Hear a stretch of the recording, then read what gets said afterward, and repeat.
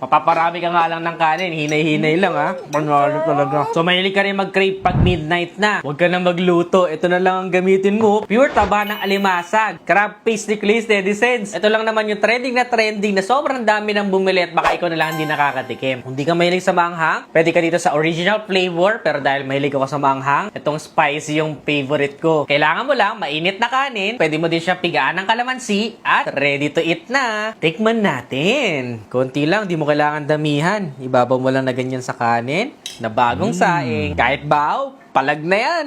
Pero ako kasi, gusto ko mainit yung kanin para mas masarap siya. Di mo na kailangan initin, di ba?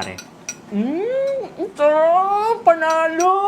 Ang sarap talaga nito, Netizens. Dangi. Hindi ko man sasawa na ulamin to araw-araw, Netizens. Itong isang garapon na to, pwede mo pa itong kainin ulit kapag hindi mo naubos. Takpan mo lang maigi, lagay mo sa ref. Lalo ngayon na malamig naman ang panahon, hindi siya basta-basta masisira. Basta nakatakip maigi. Tapos, pag nag-crave ka ulit, pwede mo na siyang kutsarain straight from the bote. Mapaparami ka nga lang ng kanin, hinay-hinay lang ha. Panalo talaga. The best.